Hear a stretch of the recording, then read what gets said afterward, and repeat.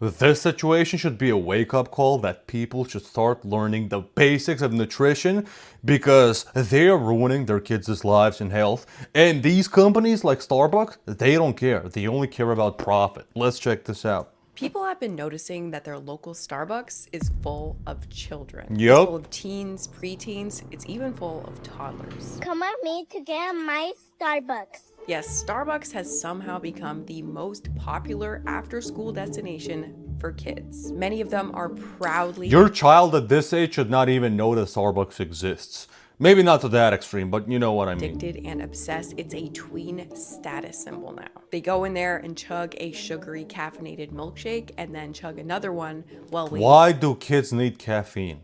And sugar, added sugar. for their parents to pick them up. But if you think about it, this is weird. How did this happen exactly? Starbucks was a coffee store for adults, professionals, college students. Yet it's become a sugary caffeine dealer for children. How? Was it parents passing on their Starbies addictions? Or is it because Starbucks has been aggressively marketing to kids? And does it even matter? Is this a problem? Is it making kids high-strung and obese? Or is it just a normal part of our culture now? So today we're discussing Starbucks kids. Just because something is a normal part of culture, that doesn't mean it's something good. Just because something is traditional from whatever culture, from whatever country, doesn't mean it's something healthy and good, okay? Slavery used to be good, like, traditional and seen as the norm. No. It's from the parent problem We don't to want that. Starbucks' secret You strategy know? to attract children. And of course, the health implications, because what does happen when you have a bunch of children chugging caffeine-laden sugar bombs every day? So to kick this off, I need to show you this image that was posted in a Starbucks Facebook fan group. I'm honestly not totally sure how I found this and I couldn't find it again afterwards, but here we go. So just wanted to share this with you guys. My 2-year-old little human has started getting his own drinks since he was about 1.5 years old. He's gonna be 3 soon, and I just wanted to ask you guys. These people should have never become parents, even though a lot of them mean well and a lot of them are probably great parents. They try to be. They don't know not that I'm a parent. I just know a little bit more of the basics of nutrition. That's it. I'm not an expert, but you can get help, okay? From experts, or you can just research for like sometime every single day and read books on it, you know? Should I be concerned? He Also, don't post your kids online. wakes up every day and says, "Oh my God, Mom, we need some Starbucks to help us today." Eye roll, face palm, face palm, face palm, laughing face, laughing face. Talk about a coffee addiction for mom and a frap addiction for littles. My That's husband sad. cannot stand us, by the way, and has put us on a Starbucks allowance, laughing face. Guys, what do we say about this? The husband is seen as the bad guy while he is the rational one now. Come on, man. I honestly don't even have words. But yeah, that's possibly the most insane example I could find of what we're about to talk about today. As you'll see, this is a whole thing, and some parents are calling them Starbucks kids. They range in age from toddler to 18, and they are proudly addicted to Starbucks. It's funny because if you try to think of a coffee shop's most busy time of day, you're probably thinking morning rush, professionals on their way to work. But in some locations, that's not true anymore. It's now after school. Isn't that crazy? Soon as that bell hits, kids are filing in and ordering things like frappuccinos, various forms of caffeinated lemonade, and their absolute favorite Starbucks acai pink drink refreshers. Specifically, When the name of the drink or the food is like that complicated and you don't know what it is, just don't drink it or don't eat it, okay? the Just don't. Starbucks acai pink drink thing has been confirmed by Starbucks employees to be the #1 most popular drink with teens and tweens. And this is one of the many things that make me think that this whole Starbucks addiction thing is mostly centered on girls, which makes sense because I feel like your typical middle class or upper middle class Gen Alpha girl is into the following these days: Sephora, Lululemon, Uggs, Yes. and Starbucks. Yeah, I've got cousins that are, one is 10, one is 8 years old. They are Gen Alpha. This is what they are like obsessed with, okay? They're not, these boots, I don't really think they give a fuck about these kinds of boots, but yeah, Sephora, so an 8-year-old girl is obsessed with Sephora and Starbucks. Just last year, Yeah. an 8-year-old girl was picked All up the way in Eastern Europe. by police when she stole her mother's SUV to get a frappuccino. I think the What? story is that she had like a little wad of cash on her and she went on a Wait, where Target is this? Frappuccino. I think the story Looks like is that Cleveland. she had like a little wad of cash on her and she went on a Target shopping spree and then finished off with a frappuccino from the Starbucks inside. On a Facebook post from Bedford police, they said they did let Oh, her Bedford. finish her frappuccino. Anyway, I hope I've proved my point. Kids are really into Starbucks now. In just a few years, Starbucks has completely transformed from a place that was clearly primarily just for adults to being like 3 seconds away from installing their own play place. And I wanted to know, how did we get here exactly? I was originally inspired by this article here by Bloomberg. We got here by companies being greedy, not giving a fuck about other people, which has always been the case, and they only care about profit. And even though the companies are the way they are, you as an individual should, have the last say on what you're gonna eat, and you should eat healthy. And thirdly, when you're a parent, you're the only person who should be buying the food your kid should be eating. Those kids should never make their choices, okay? Never, especially when they're little kids and toddlers, okay? They should be learning what to eat and what not to eat and not fucking up their taste buds and hormones for the rest of their lives. Titled How Starbucks Became a Sugary Teen Emporium. And I was originally going to just stick to what's in the article because it's all about how Starbucks is marketing to children. It's some of the best marketing in the game and they never get in trouble for it. But as I looked into it, I realized there was a missing piece of the story because the little kid Starbucks addiction thing, it begins much earlier with the parents. A child Starbucks addiction begins quite innocuously when a small child witnesses their mother or father getting This their is own probably like 800 calories. That girl should probably not be eating more than 1,000 calories, right? morning brew. In this situation, She's a has toddler. A lot of range. In some cases, we're just talking about normal parents who go to Starbucks to get their morning coffee. Their kid sees them drinking it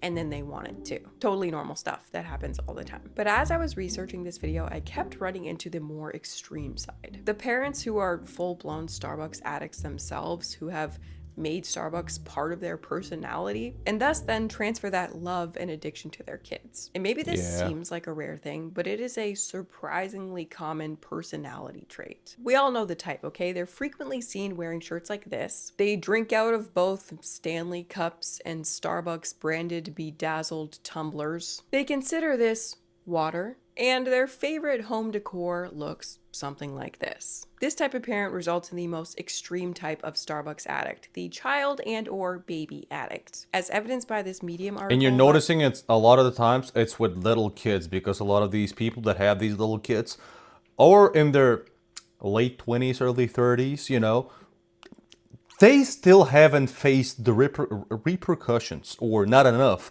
of the consequences of their bad diets. And not all of these adults have horrible diets. Like, getting your coffee from Starbucks by itself isn't bad. Getting 800, 500 calorie coffees with sugars and whatever syrups and bullshit, and also eating bullshit throughout the day, that's gonna, hit you hard when you're older. Just getting, normal coffee from any place, it's not really a bad thing. But they just haven't felt it on themselves. And that they don't see it as a bad thing. And now they're hooking their kids up on it. A woman with the last name Hummus. That's the simplest My 3-year-old explanation. is obsessed with Starbucks, and I am to blame. I love coffee.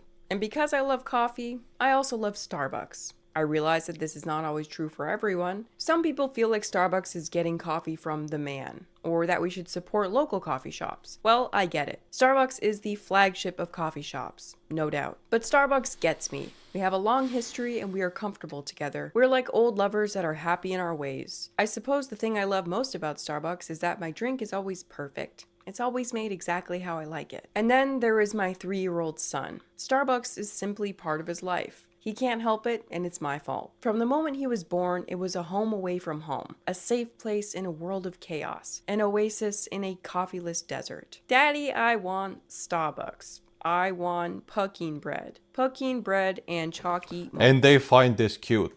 And how am I supposed to say no to that? Also, I already wanted to go to Starbucks. What? That's your job as a parent. to do the hard work to say no. What do you mean? What do you mean? How you? What? You know, if my dad and my mom had that kind of a mentality, you know what I would be now at the age 24? I'd be dead. Starbucks from the moment I woke Yeah. up. So we hop in the van. Because and I off was we a go. wild He is kid. so excited. He just keeps saying, "Pucking bread, pucking bread, pucking bread." As Okay, we pull up to stop. Starbucks, he sees the logo and loses his shit. Now he's screaming, "Starbucks, Okay, Starbucks." I'm and cringe. although the seduction aspect is not lost on me, it's not even a woman. It's just a shape that represents his happiness. All he sees is a symbol of his excitement. A future where pumpkin loaf crumbs are covering his car seat and chocolate milk is dripping off his chin. It is the highlight of his day. It's This a is win-win. disgusting. I get my coffee and he gets his pumpkin bread. Okay, I don't No, judge it's if not a someone win-win. This is short-term thinking. It's just short-term pleasure. takes their kids to Starbucks and gives them whatever. I That's definitely not the value we should be teaching kids or anybody. do judge though if your kid is trained to salivate when they see the Starbucks sign. Yeah, That when is you're gonna give them some healthy, meats with healthy fats and protein, and when you're gonna give him some healthy veggies, he's gonna be like, "Ugh, that's disgusting," because his taste buds are destroyed by those kinds of unhealthy, horrible foods, which taste amazing. a lot of Starbucks if your kid is conditioned by the sign to freak. Yeah. And you know what's crazy? I was quickly able to find a video of a kid doing the exact same thing. Tell me you're addicted to Starbucks without telling me you're addicted to Starbucks. Ahorita vienes, ahorita. Oh. God damn. ¿Qué quieres? ¿Quieres Starbucks? You happy, baby? And they gave it to him. What the fuck is that? Plus, look at the comment. Yeah, this is not how you raise a fully functioning adult. Just give him what he wants when he starts crying. No, he's gonna become an adult. Life is gonna punch him in the face. It's gonna be sad.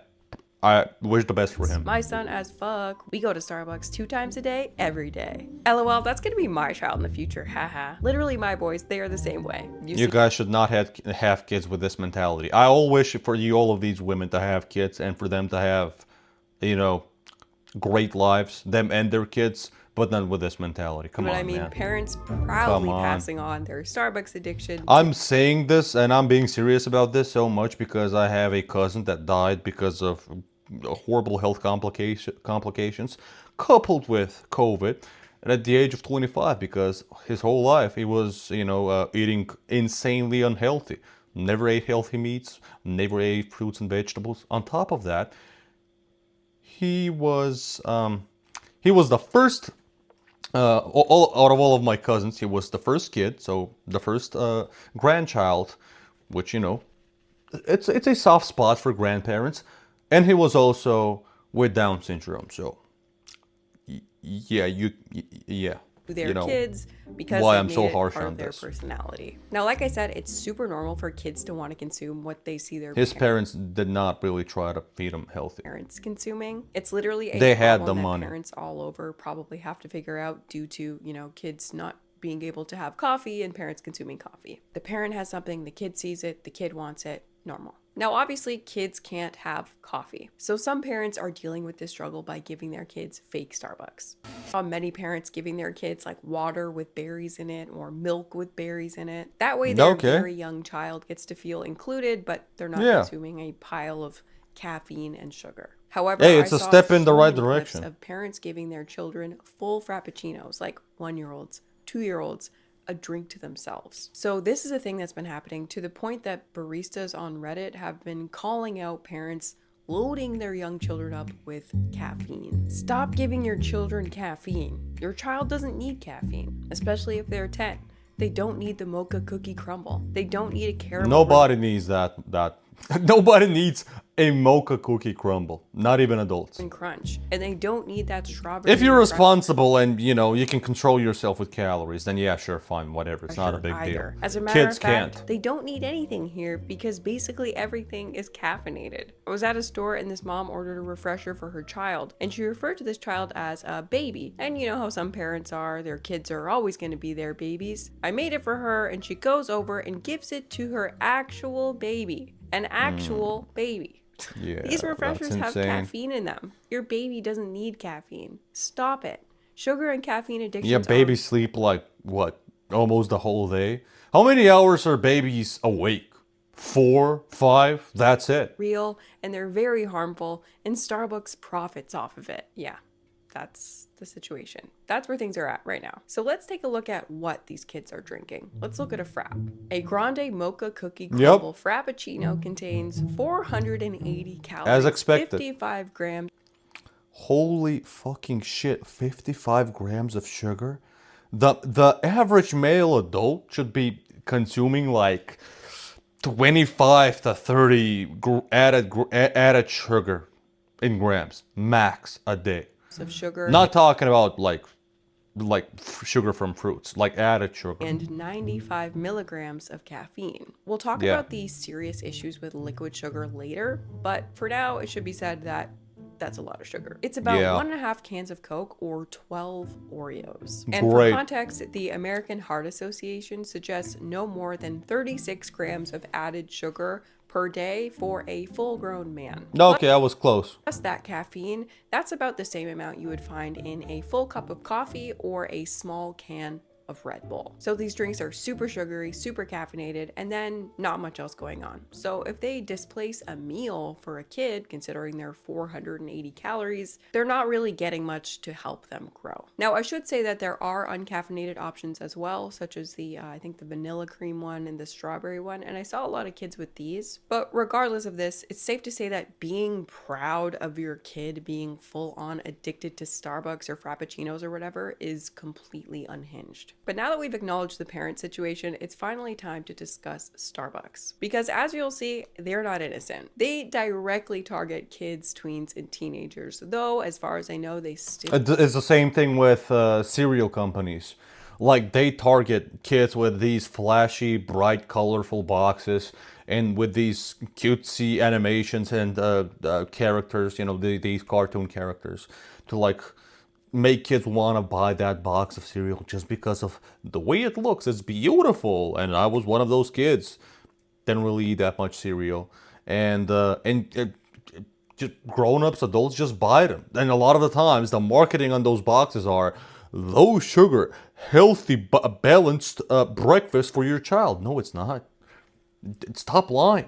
claim that How is that legal? do not market to anyone under 18. Now, Starbucks didn't start off targeting kids, almost the exact opposite. When Howard Schultz bought Starbucks in 1987, he had one goal: bring classy Italian cafe culture to the USA. He talked about it being a place where adults could sit, listen to jazz music, talk about philosophy over a great cup of coffee. And at the beginning, he was so serious about this pure coffee culture that he didn't even want to offer cream. Like, that's where things were at. But by the early 2000s, as Starbucks grew, more and more families were loving it. So the company did what any good company would do. They started catering to them, selling reusable sippy cups and flavored milk boxes. At first, they just wanted to make families feel welcome. But in 2002, they added something new to their menu: coffeeless frappuccinos, available in vanilla, coconut, and chai. Quote, the lineup wasn't just a caffeine-free option for afternoons and evenings. It also provided parents the opportunity to share the frappuccino. Yes, because us as Starbucks, we care for you and your social life. And here's more potentially horrible products for your health, so you can buy stuff from us and socialize with your friends.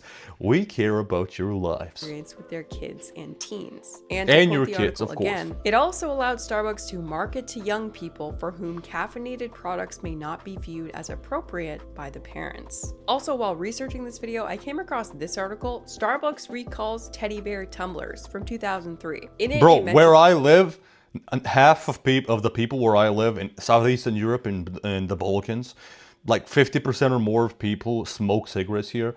In certain households, if you get into like where there's little kids, you get in their apartment or house, the whole place fucking stinks. There's gray fumes everywhere. You just cannot smell and enjoy your life as a normal human being, even if you open the windows. Nothing is saving you. And I'm talking to my cousins. How the fuck are you dealing with uncle and aunt, their parents? They're like, don't really notice the cigarettes. I'm like, holy fucking shit, these kids have indirectly smoked hundreds of cigarettes, probably more, because of my uncle and aunt. That Starbucks had Insane. launched a teddy bear shaped. Luckily, my parents The didn't do tumbler that. cup is shaped like a bear and has the words Barista Bear printed on the front. The cup has a screw-on lid in the shape of a bear's Yeah, head, that's gonna be your kid when they're fucking 35 and having health issues. from which a soft, flexible straw Hopefully by then they'll learn something. protrudes. And AKA, stop this it. is basically the exact same cup that people were going insane for a few months ago. Starbucks had already made a version for babies back in the 2000s. So yeah, at this point, Starbucks is still claiming that they're not marketing to kids, but things are starting to get a little bit murky. And more children started to come in. First, just these kids with their parents, and then teens and tweens who wanted to be cool by drinking coffee that they didn't really need yet. Plus, if you check the media of the early 2000s, shows like Friends, where everyone hangs out in the local coffee shop, were huge. Also, Gilmore Girls, where both Lorelai and But these are adults. Rory have coffee. Also, I wish adult people would be doing this. Most adults aren't even going out that much. Like third places in the US and Canada, a lot of people say have died out or are, you know, in a very small number compared to what they were before. In Europe, it's not as dead, but it's dying out.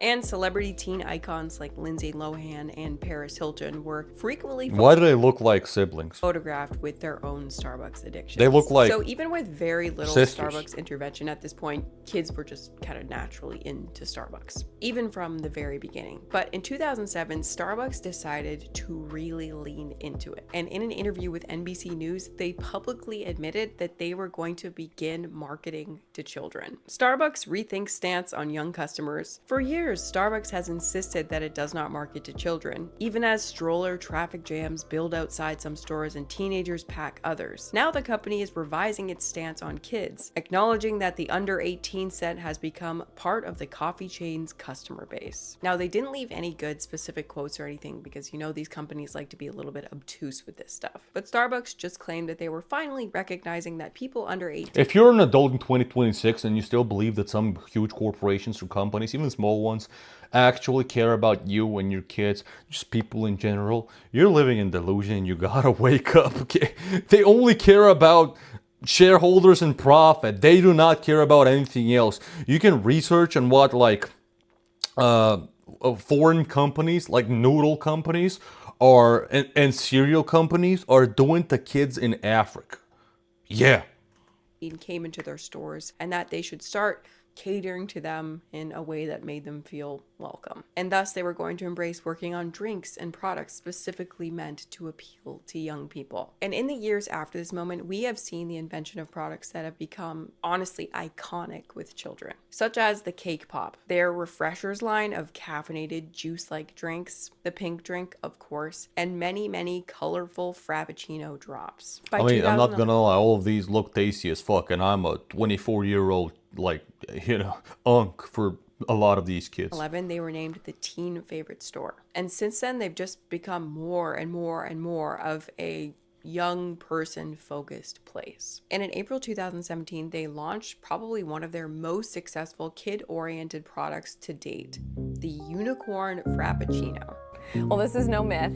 Starbucks is selling a unicorn Looks like a Mr. Beast branded thing because it has a Mr. Beast color. frappuccino. It's kind of pretty too. It's called the Unicorn Frappuccino. Do you want one? Unicorn? You bet I want it! Guys, are you excited? Are these ads or are these parents making YouTube videos of their kids? Why are they filming their kids? Holy shit! Pink powder, mango syrup, and sour blue drizzle, plus whipped cream and What is that? What's sour blue drizzle? colorful sprinkles. It's a mix of Sprinkles? ice, milk, Frappuccino syrup, vanilla syrup, mango syrup, pink powder, sour blue powder, and something called blue drizzle blended together, topped with whipped cream. Something called blue drizzle. Nobody explained what that is. Didn't hear anything about any fruit except mango something syrup. And sprinkled with pink and blue sugar. Like, give them fresh fruit juice. For Pete's sake. 500 I calories. drink that to this day when I go to bars with my friends. Or if I'm on a date, I'll just get Coke Zero or a fresh juice, and a lot of the times waiters make fun of me, and I'm like, yeah, you're calling me a bitch? Okay, I'm a bitch. So what? I go to the gym and I'm healthy, you know. Right now I'm trying to cut down. Meanwhile, these people don't give a shit.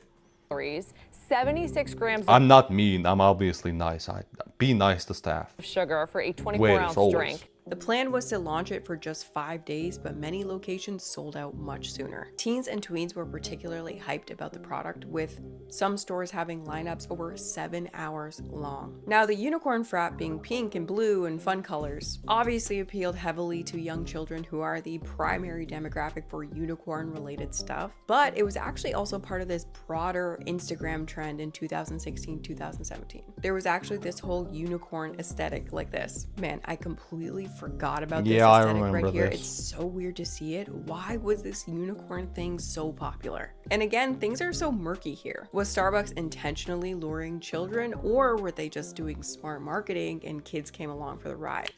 You can call it smart marketing. You can call it evil marketing. They just do whatever it works. If they can make something for fucking horses and cats and dogs, which I know they have the pup cup. But if they're making, if they can make the same amount of money as like these child and human adult products, they will do it. Oh, trust me, they will. Okay, if they can make money out of ants, they'll do it. This goes for any fucking It's hard company. to say, right? I mean, it wasn't explicitly just for kids, but it certainly resonated with them the most. A lot of plausible deniability going on here. And quote, several former senior executives who spoke on condition of anonymity to avoid harming professional relationships said Starbucks didn't design products specifically for kids, but kids were definitely getting the message. AKA, they did specifically design products for kids, but they're not going to say that out loud. And though they won't admit... No company is going to say anything out loud, 100%. Unless it's the, it's something that won't cancel them. It won't get them banned or something. You think companies have political, social, whatever values? No, they don't. They just run with the crowd. So they are more accepted from the bigger audience. So they get, more in sales if they could. It doesn't always work out. It doesn't always happen. Look at all these new movies Disney's making, and they're all flopping because they're trying to push some kind of a weird, dumb agenda. Did any more evidence of And their goodness is everywhere. people don't want to see Starting with it. a report by the Yale Rudd Center for Food Policy and Obesity. The report found that Starbucks and others were marketing unhealthy products directly to young people. Their paper found that teens were seeing ads for Starbucks just as often or even more often than adults were, even though teens were actually watching It's less even worse these days. We're seeing corn ads on even YouTube. television. In other words, the researchers believed that Starbucks was intentionally advertising where specifically young people would see it. When asked for comment though, Starbucks... And now if young people get banned in every single country on social media, and they can't be on social media if they're below 16, I'm against that. There has to be some better ways to do it, but then what are these companies going to do? If a huge percentage of their profits are coming off of us, at least in Western countries, a huge percentage of their profits are coming from, selling stuff to kids. Claimed and that advertising the report to was kids. inaccurate. But regardless of what they claimed, Starbucks would become even more aggressive at marketing toward children in the coming years. They launched back-to-school gift cards, notebooks with backpacks and pencils. And very recently, they opened Starbucks stores in Roblox, aka one of the most popular online games with children in... Okay, this is a genius... This is a genius marketing trick. the world. Look at this. Meet us Evil, online. but Exclusive in-store prizes waiting to be found. Chat with our baristas and order coffee faves. Outdoor seating. Can't go wrong I'm with the surprised more terrace for companies friend didn't do this. catch-ups. Limited time wearables up for grabs. Around 42% of the hundreds of millions of users of this game are under the age of 13. And the majority of Holy the players shit. are under 16. So the kids can interact directly with Starbucks and its products in this game. And the problem Nice. with this is that they have set up shop in a kid's play space. You know what I mean? Like, this is the digital version of showing up at a playground. You know what I mean? Like, playgrounds are online today. And most of us wouldn't feel comfortable with Starbucks or McDonald's, say, opening up a pop-up at a kid's splash pad or a kindergarten classroom. Yet that's what this kind of thing is. I mean, there's similar stuff, like there's ice cream vans in the middle of parks where there's children's playgrounds. But you know, there's parents there and they're under control of it and they need to have money to buy it, so it's actually not the same. Next, Starbucks has also partnered with Ariana Grande, Taylor Swift, and now Mr. Beast. I am standing on Yep. $5 million of real cash. In January 2026, Starbucks was a main sponsor for Mr. Beast's Beast Games, a TV show that aired on Amazon Prime in January. In the show, Starbucks had a pavilion where people could get drinks, and they launched a limited edition cannonball-themed drink related to the game. We even built a Starbucks. What do you think? The only Starbucks in the world serving free coffee 24/7. We're at the Beast City Starbucks out here. Again, Mr. Beast's primary audience, young kids. That's why a lot of people say Mr. Beast ruined YouTube, the Mr. Beastification, the Beastification, if whatever it was called, of YouTube, because it's all about high engagement. It's all about these just animations and zoom ins and zoom outs, and people now have no, but they cannot retain their focus on something like my video for a few minutes. Plus, again, I'm a very boring and dumb guy. I get why people wouldn't want to watch my videos. Like if you're watching this till this point, like and subscribe. Holy shit! Like, thank you so much. You're a rare specimen. But yeah, this is happening everywhere, even with content creators. This shouldn't be surprising to us. Okay, kids are a very easy demographic when it comes to certain businesses. Very easy demographic to make money when it comes to certain businesses. Yeah, regardless of what Starbucks wants to claim, they clearly do enjoy marketing to children, and they are incredibly good at it. Because while places like McDonald's constantly get attacked for using mascots and toys to lure children to their stores, Starbucks' sneakier strategy basically slips by unnoticed. Despite the fact that Starbucks has thousands more locations than McDonald's and is more popular with children than playgrounds at this point. Look at this. Starbucks has gotten so good at getting kids to hang out that schools are copying it. Cafeterias are technically non-profits, but because they often receive relatively few government dollars, they need to sell enough food to cover costs and upgrades. This has turned Starbucks, as well as other fast food providers. This is not just for. This is just for food companies, for restaurants, for in the culinary business in general. A lot of the times, you know, you need to sell a lot more to be in profit. Into huge competitors, says Shannon Gleave, president of the School Nutrition Association. To keep kids on the premises and buying school lunches, cafeterias aren't just imitating Starbucks food and drinks, always in compliance with federal nutrition standards, of course. They're turning spaces into mini Starbucks replicas. So Starbucks' strategy with kids has made them so effective that other places are now like, damn, that's the gold standard. So crazy. But so what? Does this whole thing even matter? Is there an impact? Well, let's look at the pink drink. A grande pink drink is 140 calories, okay, not bad, with 25 grams of sugar and 45 to 55 What do you mean not bad?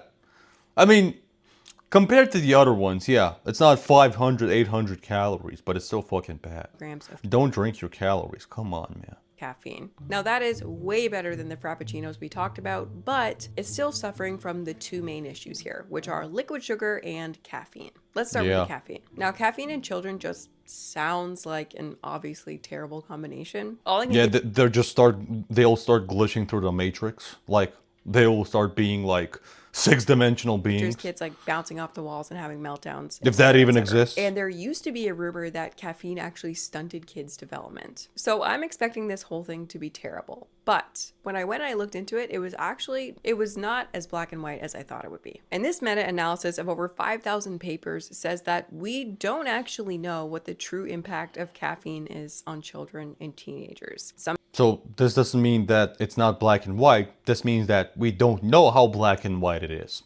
When you don't know and you don't have enough evidence on whatever it is and you're experimenting with it, just don't do it. Some kids seem to be really sensitive to caffeine. It's like with the peptide epidemic these days. Like, they're not researched enough. don't do it. Especially not on kids. What the fuck?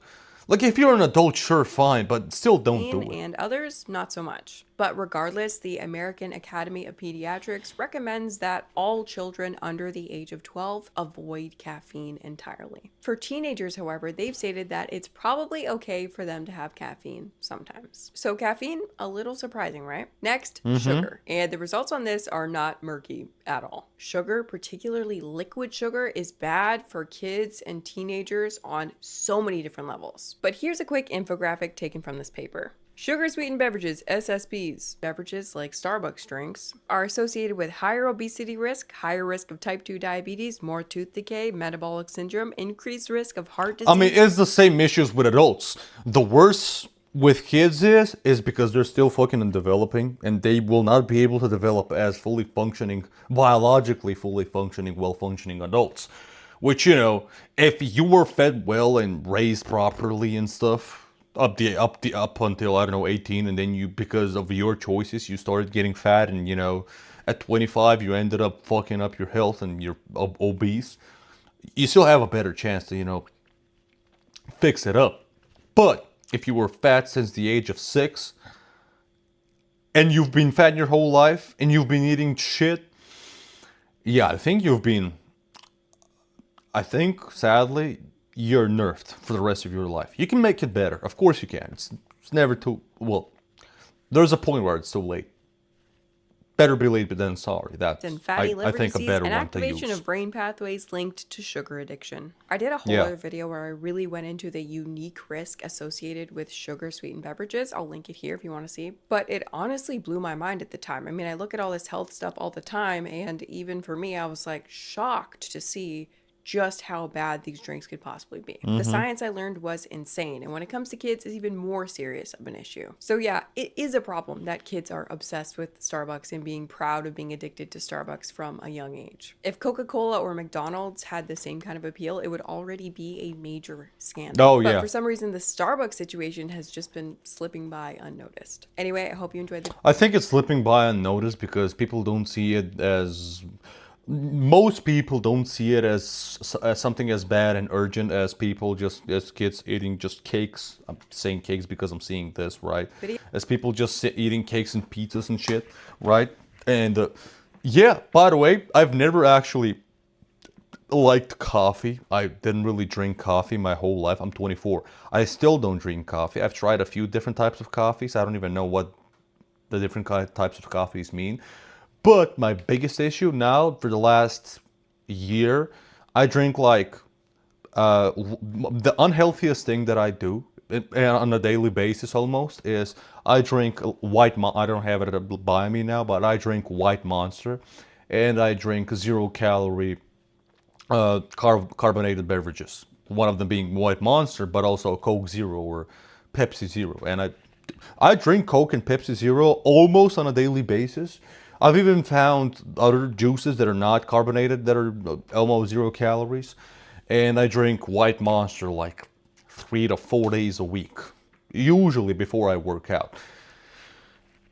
Yeah, 0 calories. Yeah, if that's the unhealthiest thing that I consume, which it is, yeah, it's probably not gonna kill me, you know, because most of my diet is meats and vegetables and fruits. Very lazily cooked, by the way, because I'm a man that lives alone and I'm lazy as fuck when it comes to cooking. Okay, I really don't care about taste. I just want to get it over with and, you know, continue with my day. I don't really care about taste. But yeah, tell me what you guys think in the comments. I gotta work on my White Monster and Coke Zero stuff. And have a nice day.